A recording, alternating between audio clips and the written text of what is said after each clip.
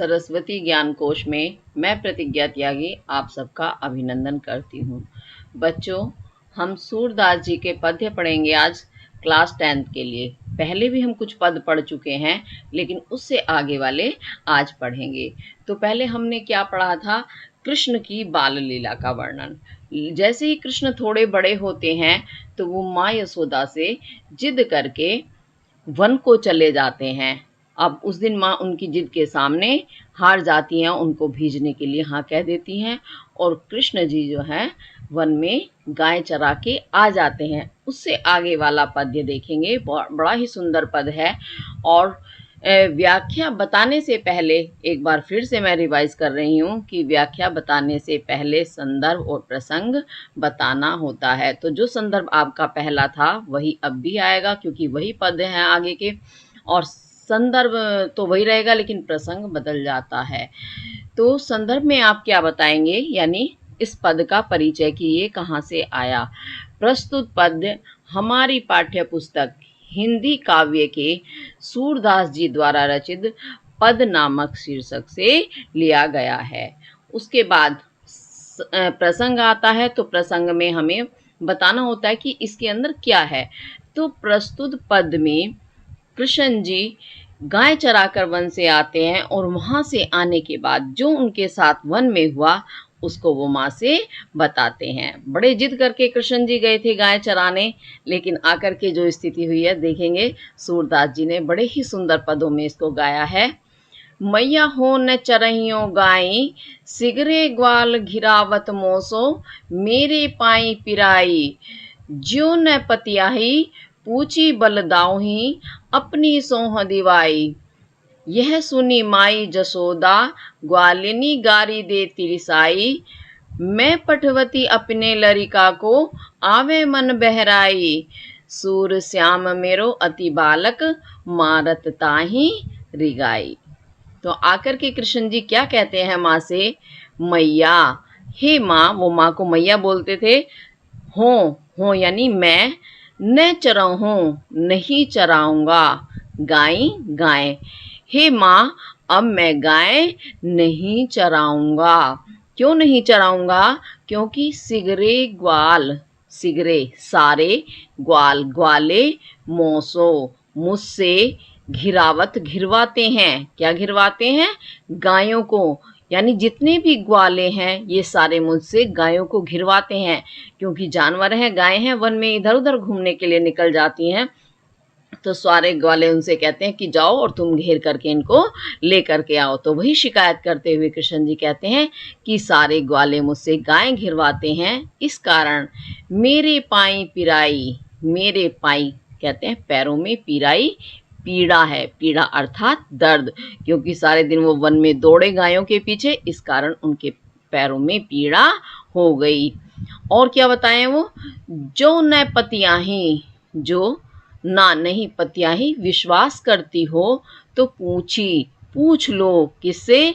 बल दाऊ ही, बल दाऊ से, बल बलराम, दाऊ भाई, जो बलराम है उनके बड़े भाई, उनके लिए कहते हैं कि यदि तुम्हें मेरी बात का विश्वास नहीं है तो आप बलराम भैया से पूछ लो। लेकिन कैसे पूछो? क्योंकि वो भी नहीं बताएंगे, गाय चराने तो वो भी जाते हैं, उन्होंने भी वही मेरे साथ किया है। तो कैसे आपको पूछना पड़ेगा सच जानने के लिए? सोह दिवाई, सोह कहते हैं सौगंध, किसकी? अपनी, अपनी सौगंध दिवाई, दिलवा करके आप उनसे पूछो तो वो आपको सारा सच बता देंगे कि इन ग्वालों ने सचमुच मेरे साथ ऐसा ही किया है या नहीं। यह सुनी माई जसोदा, तो कृष्ण जी की यह सुनी, सुन करके बातें, माई जो माँ जशोदा यानी यशोदा, जो माता यशोदा है वो ग्वालिनी, ग्वालों को गारी देती, गाली देती हैं। कैसे? रिसाई, रीस करके, खींच करके या क्रोध करके, क्रोध से आकर गुस्से में वो ग्वालों को गाली देने लगती हैं। और क्या कहती हैं? मैं पठवती अपने लरिका को, कि मैं पठवती भेजती हूँ अपने लरिका को, अपने लड़के को या पुत्र को, किस लिए?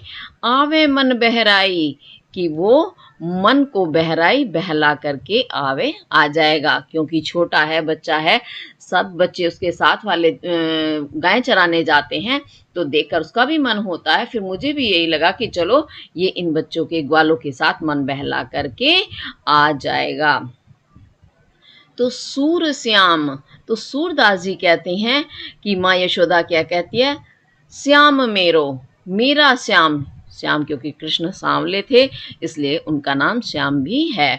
तो मेरो श्याम यानी मेरा जो श्याम है, कृष्ण है, अति बालक, अति का अर्थ बहुत अधिक, बालक छोटा है यानी बहुत छोटा है मेरा कृष्ण, तो मारत ताही रिगाई, और ये ग्वाले उसे मारत मारते हैं, ताही उसे रिगाई, रिगा रिगा करके अर्थात दौड़ा दौड़ा कर, यानी इन ग्वालों ने मेरे बेटे को दौड़ा दौड़ा करके मारा है, उसे परेशान किया है, इसी कारण वो थक गया और ऐसा वो क्रोधित होकर के गालियां देती हैं ग्वालों को। अब ये इसका आपको भावार्थ तो समझ में आ गया होगा।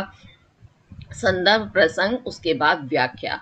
अब व्याख्या के बाद काव्यगत सौंदर्य के कुछ तत्व होते हैं, हमें वो बताने चाहिए। क्यों?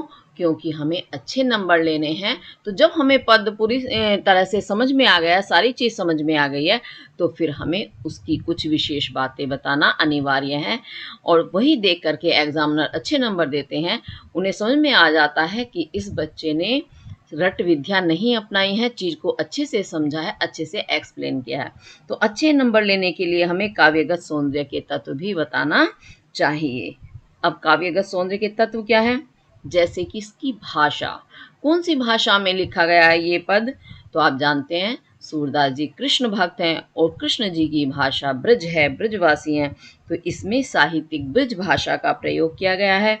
और उनकी शैली यानी लिखने की जो शैली है वो मुक्तक है और गुण माधुर्य है, क्योंकि सुन करके बड़ी मधुरता का आभास होता है। अब जैसे मैं आपको इसका अर्थ बता रही थी तो मुझे खुद इतना अच्छा अनुभव हो रहा था, ऐसा लग रहा था मानो कृष्ण जी मेरे सामने ही माँ यशोदा से शिकायत कर रहे हैं और माँ किस तरह से उन्हें ग्वालों के लिए क्रोध करके और उनके मन को बहला रही हैं। तो ऐसा बिल्कुल आंखों के सामने सजीव चित्र आ रहे हैं। तो ये माधुर्य गुण का उदाहरण है। और छंद है ये गेयात्मक, यानी जिसे गा करके पढ़ा जा सके। और रस वात्सल्य रस, सूरदास जी वात्सल्य रस के महाधनी कवि हैं, इसीलिए उनके विषय में विद्वानों ने कहा है कि सूरदास जी वात्सल्य रस का कोना कोना झांक आए हैं। तो ऐसी प्रतिष्ठा सूरदास जी को मिली है, क्योंकि इतना मनोहारी दृश्य बाल लीलाओं का अन्य कोई कवि करने में सक्षम नहीं हुआ है, ना ही आगे होगा। और शब्द शक्ति है इसमें अभिधा। अब इसके साथ आप और चीज़ें भी ढूंढेंगे, क्योंकि स्वयं ढूंढेंगे तो ज़्यादा अच्छे से समझ में आएगा आपको। जैसे वर्णों की आवृत्ति होना, वर्णों की आवृत्ति हमें क्या बताती है कि उसमें अनुप्रास अलंकार है। अब देखो आप इसमें ढूंढो जरा मेरे साथ साथ, जैसे पाई पिराई, तो पा वर्ण की आवृत्ति, ई वर्ण की आवृत्ति। और भी आगे देखेंगे तो ग्वालिनी गारी, तो गा वर्ण की आवृत्ति। और भी ढूंढेंगे सूर श्याम में सा वर्ण की आवृत्ति। तो इस तरह से हम देखते हैं कि एक वर्ण की बार बार आवृत्ति होने पर या एक वर्ण बार बार आने पर वहाँ अनुप्रास अलंकार होता है। तो इसमें अनुप्रास अलंकार है। और उसके बाद आगे देखते हैं, आगे वाला पद्य। आगे भी देखिए बड़ा ही सुंदर दृश्य है। अब कृष्ण जी और थोड़े बड़े हो जाते हैं। देखिए आपने पद पढ़ना शुरू किया तो पहले कृष्ण जी की घुटनों के बल चलने वाली स्थिति, यानी बहुत बाल दशा थी उसमें। उसके बाद वो फिर थोड़े और बड़े होते हैं, माता से जिद करते हैं। उसके बाद और बड़े होते हैं तो वो शिकायत तो जो चलती रहती हैं। कृष्ण जी का जो पसंदीदा वाद्य है वो उनकी मुरली। अब वो और बड़े हो जाते हैं, बांसुरी बजाते हैं, तो सारी गोपियाँ, सारे ब्रजवासी उनके दीवाने हैं इस चीज़ के।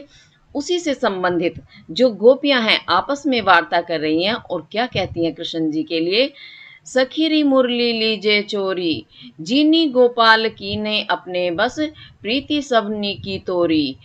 छन इक भी घर भीतर, निसी बासर धरत न कबहु छोरी। कबहु कर कबहु अधरनी, कटी कबहु खोसत जोरी। ना जानो कछु मेली मोहनी, राखे अंग अंग भोरी। सूरदास प्रभु को मन सजनी, बंधियो राग की डोरी। तो गोपिका आपस में बातचीत करते हुए क्या कहती हैं? कृष्ण जी की बांसुरी से बड़ी चिढ़ती हैं और कहती हैं, सखीरी, हे सखी, मुरली लीजे चोरी। कृष्ण जी की वो मुरली जो बांसुरी है उसे चोरी लीजे, कर लेना चाहिए, यानी उनकी मुरली को चुरा लो। क्यों चुरा लो? जिनी गोपाल, जिनी यानी जिसने, उस मुरली ने गोपाल यानी कृष्ण जी का ही नाम है, कृष्ण को कीन्हे कर लिया है अपने बस। अपने बस में, बस यानी वश, अपने वश में, अपने नियंत्रण में कर लिया है उस बांसुरी ने कृष्ण जी को। और क्या किया उसने? प्रीति सबन की तोड़ी, और जो प्रीति अर्थात प्रेम है, सबनी हम सबका जो कृष्ण के प्रति प्रेम था उसको तोड़ दिया है, यानी हमारा प्रेम उसने अलग कर दिया है। कैसी है वो बांसुरी? छिन इक, इक कहते हैं एक, छिन क्षण, एक क्षण में घर, घर आप जानते हैं, घर के भीतर यानी अंदर, एक क्षण में तो घर के अंदर, निसी रात्रि, बासर दिन, तो दिन और रात्रि, धरतना धरते नहीं हैं, कभऊ कभी भी, छोरी उसे छोड़ करके, तो कभी भी वे उसको एक पल के लिए भी छोड़ते नहीं हैं। तो चाहे वो एक क्षण के लिए घर के भीतर रहें, घर के बाहर रहें, निसी बासर, चाहे रात्रि हो चाहे दिन हो, हर समय उसे अपने साथ रखते हैं। धरत न कबहू छोरी, कभी भी उसे छोड़ते नहीं हैं, धरते नहीं हैं एक तरफ, अपने से अलग नहीं करते, कहने का तात्पर्य ये है। और क्या करते हैं? कबहू कर, कभी तो उसे कर कहते हैं हाथ, कभी तो उसे हाथ में ले लेते हैं। कबहू अधरनी, और कभी अधरनी, अधर कहते हैं होठों को, तो कभी अपने होठों पर रख लेते हैं। कटी कबहू, और कभी, कटी कहते हैं कमर में, खोसत जोरी, उसे खोस लेते हैं। खोसना समझते हो? आपको पता होगा, आपने कृष्ण जी की तस्वीर देखी होगी कि वो कमर में एक कपड़ा बांध करके रखते हैं, दुपट्टा सा, तो उसके अंदर लगा लेना यानी उसके अंदर घुसा लेना, उसे खोसना बोलते हैं। तो कभी उसे अपनी कमर में खोस लेते हैं। ना जानो कछु मेली मोहिनी, तो ना जानो, नहीं समझ में आ रहा है कि सही है या हमारा भ्रम है, कुछ समझ में नहीं आ रहा कि कछु कुछ, मेली मोहिनी, उसने मेली मोहनी समझते हो? जादू टोना, तो उसने शायद ना जाने कुछ जादू टोना कर दिया है कृष्ण के ऊपर।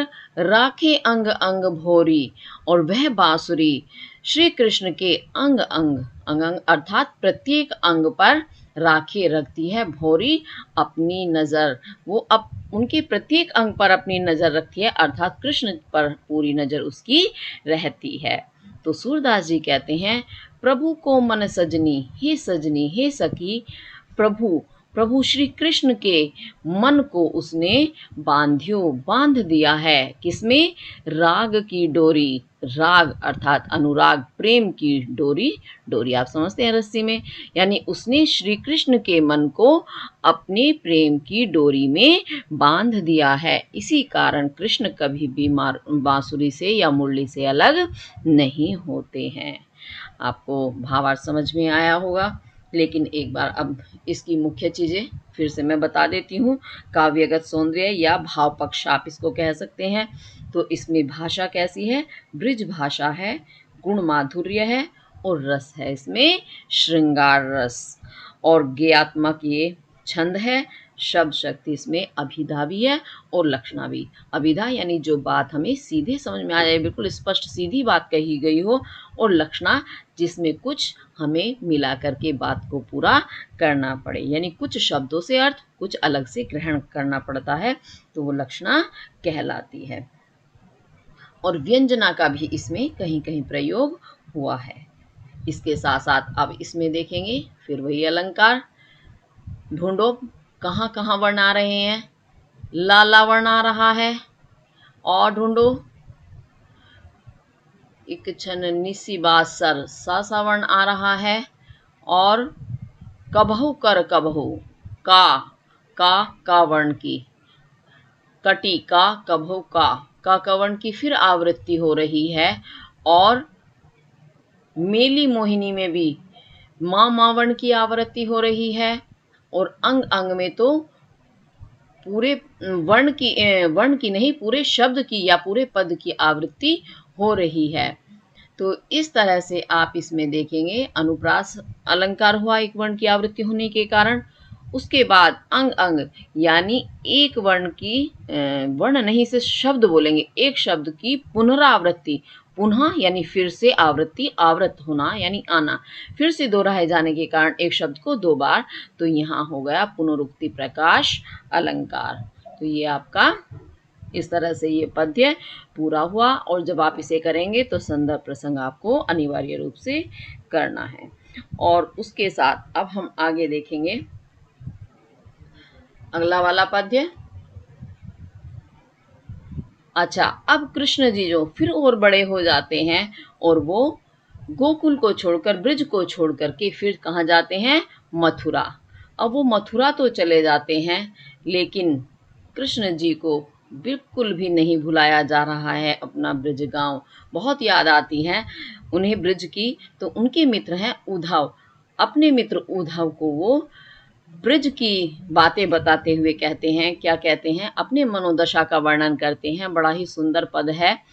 उदो मोहि ब्रज बिसरत नाही, वृंदावन गोकुल बन उपवन, सघन कुंज की छाही, प्रात समय माता जसुमती, अरुनंद देखी सुख पावत, माखन रोटी दहियो सजायो, अति हित साथ खवावत, गोपी ग्वाल बाल संग खेलत, सब दिन हसत सिरात, सूरदास धनी धनी ब्रजवासी, जिन सो हित जदुतात।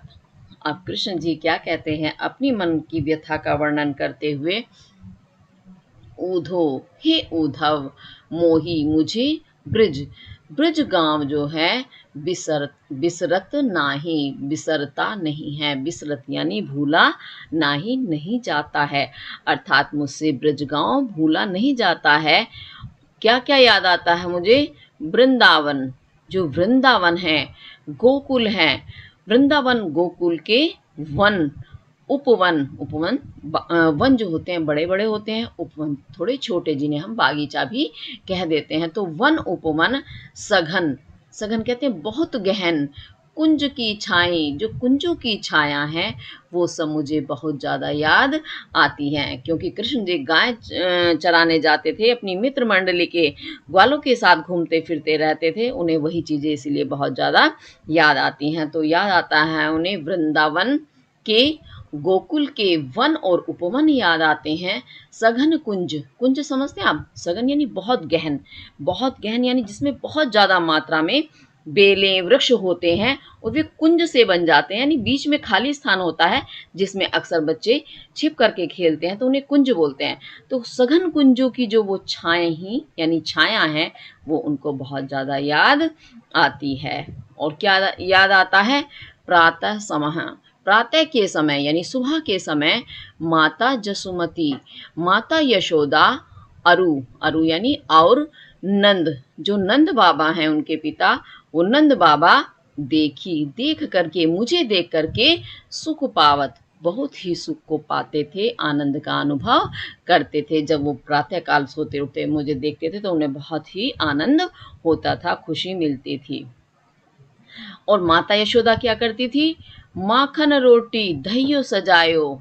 माखन कृष्ण जी का बहुत पसंदीदा व्यंजन रहा है। व्यंजन क्या, आप व्यंजन ही कह सकते हैं कि माखन यानी मक्खन, रोटी, दहियो दही, वो सजायो, सजा करके, यानी ऐसे नहीं कि हाँ लिया और दे दिया, नहीं, अच्छी तरह से उसे थाली में सजा करके माखन दही रोटी अति हित, अति बहुत ज़्यादा हित प्रेम के साथ खवावत, मुझे खिलाती थी। और गोपी, जो ब्रज की गोपियां थी, ग्वाल बाल, जितने भी ग्वाले बालक थे, बच्चे थे, उनके संग में खेलता था। तो गोपी ग्वाल बाल बाल यानी बच्चे, जो बच्चे मेरे साथ के ग्वाले थे उनके संग मैं खेलता था, और सब दिन हंसत सिरात, सब दिन सारा दिन हंसत हंसते हुए ही सिरात बीत जाता था।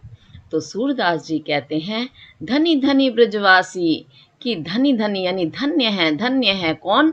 ब्रजवासी, ब्रज गांव के निवासी, जिनसे हित, इतना हित प्रेम है, जदुतात, यदुवंशी, जो तात पुत्र है, जो यदुओं का, यदु यानी यादव वंश का जो तात पुत्र है, तो यादव वंश के उस पुत्र का जिनसे इतना हित है, इतना प्रेम है, ऐसे वो ब्रज के वासी बड़े ही धन्य हैं, क्योंकि भगवान हैं, कृष्ण विष्णु जी का अवतार हैं, और इसी कारण उनका स्वभाव ही अलौकिक है, और वो सभी ब्रजवासियों से इतना प्रेम करते हैं।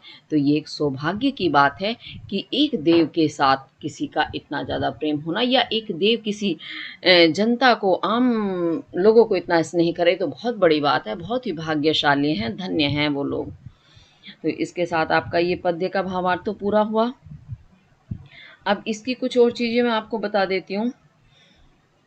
इसमें भाषा वही ब्रज है, गुण माधुर्य हो गया, और रस जो है श्रृंगार रस है, गीतात्मक शैली है, शब्द शक्ति इसमें अभिधा और व्यंजना है। अब उसके साथ आप ढूंढेंगे इसमें अनुप्रास अलंकार, ब्रज बिसरत, तो बाबा वर्ण की आवृत्ति, और वृंदावन गोकुल वन उपवन, नाना यानी बन बन की ही आवृत्ति हो रही है, वृंदावन में भी बन है और वन में भी, उपवन में भी। ठीक है, तो इस कारण यहाँ भी अनुप्रास अलंकार का ही ये उदाहरण हो गया। कुंज की, तो का वर्ण की आवृत्ति, और ढूंढो, और देखेंगे तो फिर कुछ ना कुछ जरूर मिलेगा।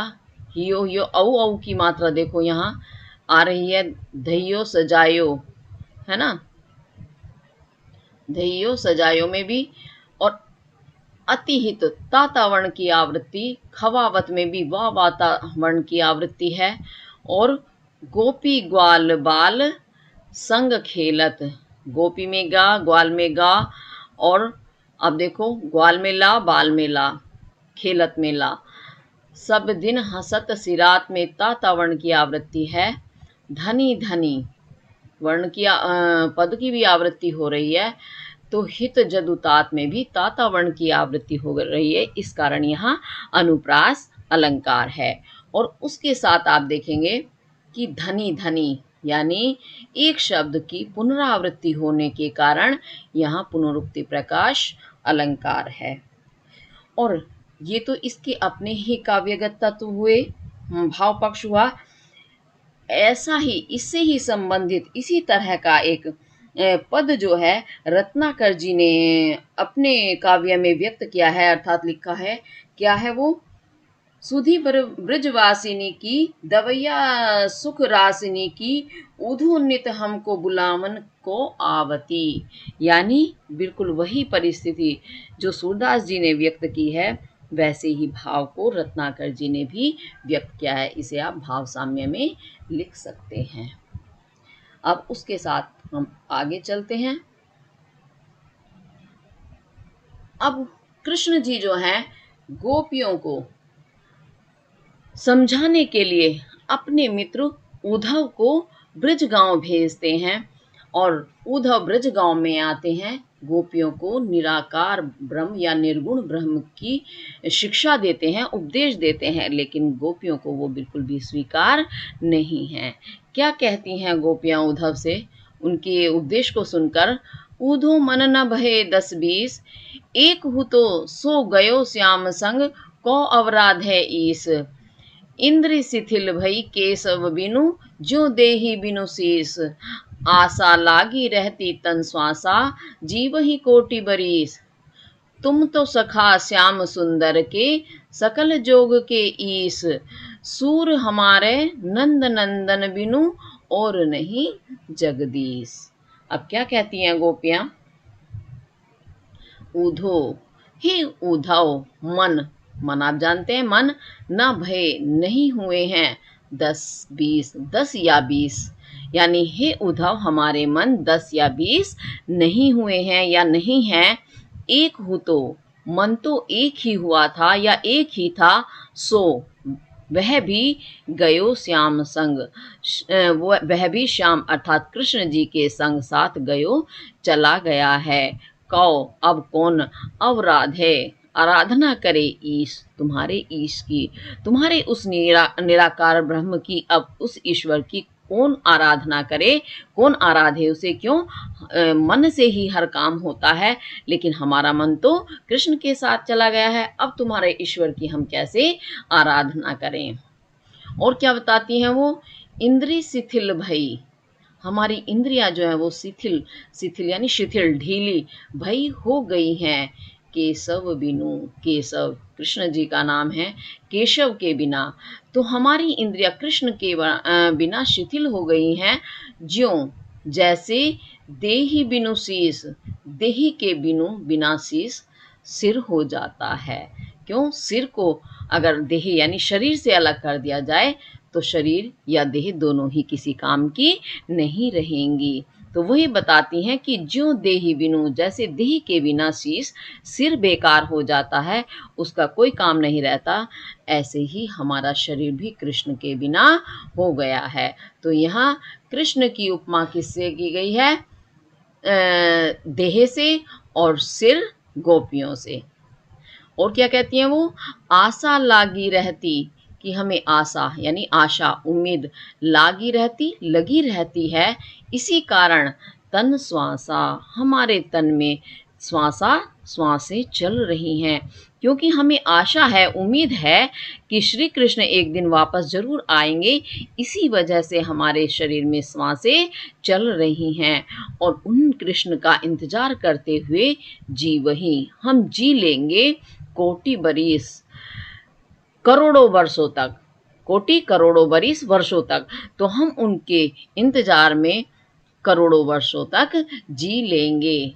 तुम तो सखा श्याम सुंदर के, और फिर वो उनसे क्या कहती हैं उद्धव से, कि तुम तो सखा कहते हैं मित्र, श्याम सुंदर, तो श्याम सुंदर यानी कृष्ण जी का ही नाम है, तो जो श्याम हैं और बड़े ही सुंदर हैं यानी कृष्ण, तो तुम तो कृष्ण की सखा हो, सखा यानी मित्र हो, और सकल जोग के इस, उस सकल कहते हैं संपूर्ण जोग, योग जो संपूर्ण योग है उसके तुम ईश स्वामी हो, सकल जो कि तुम ज्ञाता हो।